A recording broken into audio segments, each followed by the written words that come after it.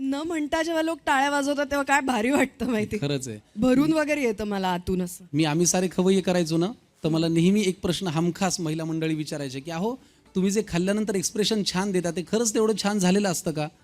नेहमी ती माझ्या वाक्याला होतं का पाहुणे आले.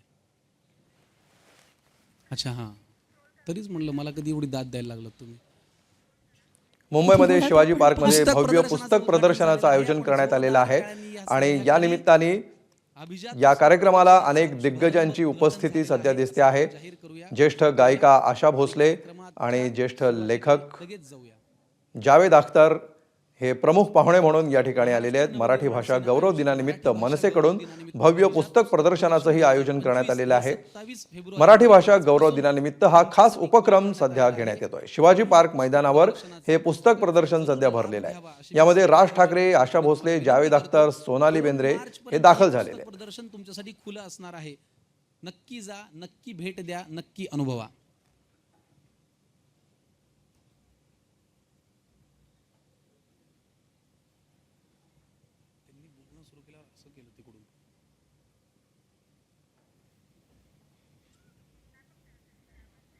तर मनसेकडून हे भव्य पुस्तक प्रदर्शन आणि या निमित्ताने एका कार्यक्रमाचं देखील आयोजन करण्यात आलेलं आहे.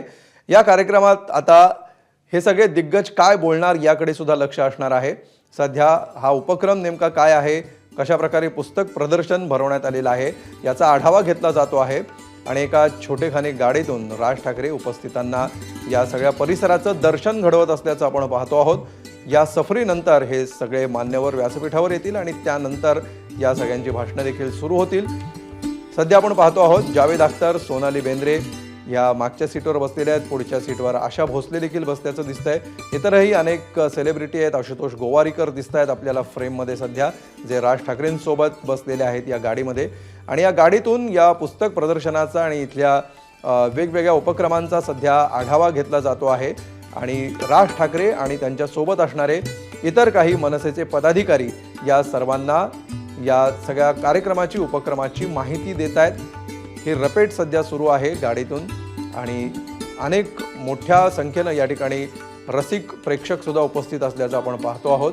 या परिसरामध्ये प्रेक्षकांनी मोठ्या प्रमाणावर गर्दी केलेली आहे आणि त्यामुळे इथून पुढचे काही तास हा कार्यक्रम शिवाजी पार्क परिसरामध्ये सुरू राहणार आहे आणि यातली काही महत्त्वाची क्षणचित्र, महत्त्वाची भाषणं आणि महत्त्वाचे प्रसंग एबीपी माझावर आपण पाहत राहणार आहोत. सध्या आपण जे बघतो आहोत यामध्ये जे प्रमुख मान्यवर आहेत त्याच्यामध्ये आशा भोसले, जावेद अख्तर, सोनाली बेंद्रे आणि आशुतोष गोवारीकर हे राज ठाकरेंसोबत सध्या या परिसरामध्ये दाखल झालेले आहेत आणि इथल्या वेगवेगळ्या स्टॉल्सची ते पाहणी करतायत. इतरही अनेक चाहते या ठिकाणी आहेत, पुस्तकप्रेमी आहेत. या सगळ्यांनी मोठ्या प्रमाणात या परिसरात गर्दी केलेली आहे, उपस्थिती लावलेली आहे.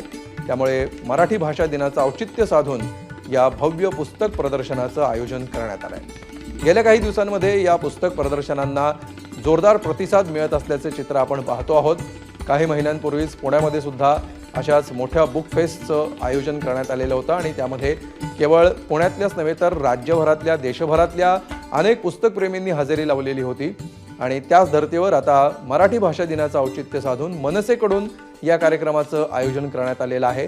मराठी भाषा गौरव दिनानिमित्त शिवाजी पार्क मैदानावर हे भव्य पुस्तक प्रदर्शन भरवण्यात आलंय. या पुस्तक प्रदर्शनाच्या उद्घाटनाचा कार्यक्रम सध्या सुरू आहे. या कार्यक्रमाला प्रत्यक्ष सुरुवात आता झालेली असं आपण म्हणू शकतो. इथल्या प्रमुख पाहुण्यांना सध्या राज ठाकरे हे संपूर्ण प्रदर्शन, या प्रदर्शनाचं दर्शन घडवत आहेत. यातले दोन्ही प्रमुख पाहुणे हे ज्येष्ठ नागरिक असल्यामुळे चारचाकीतून हा आढावा घेतला जातोय. त्यांना सफर घडवली जाते आहे आणि या सगळ्या परिसराची माहिती दिली जाते. मराठी भाषेमध्ये, आपल्या मराठी संस्कृतीमध्ये, आपल्या सांस्कृतिक इतिहासामध्ये एकूणातच अनन्यसाधारण असं महत्त्व आहे. ज्ञानपीठ पुरस्कार प्राप्त हा कवी, साहित्यिक, ललित लेखक, नाटककार, साहित्याच्या विविध क्षेत्रांमध्ये ज्यांनी मुसाफिरी केली आणि आपल्याला अनमोल साहित्याचं असं ज्यांनी वरदान दिलं ते कुसुमाग्रज आणि त्यांचा जन्मदिवस आपण मराठी भाषा गौरव दिन म्हणून साजरा करतो. मराठी बोलीवरती, मराठी भाषेवरती कुसुमाग्रजांची एक फार सुंदर कविता. एबीपी माझा, उघडा डोळे बघा नीट.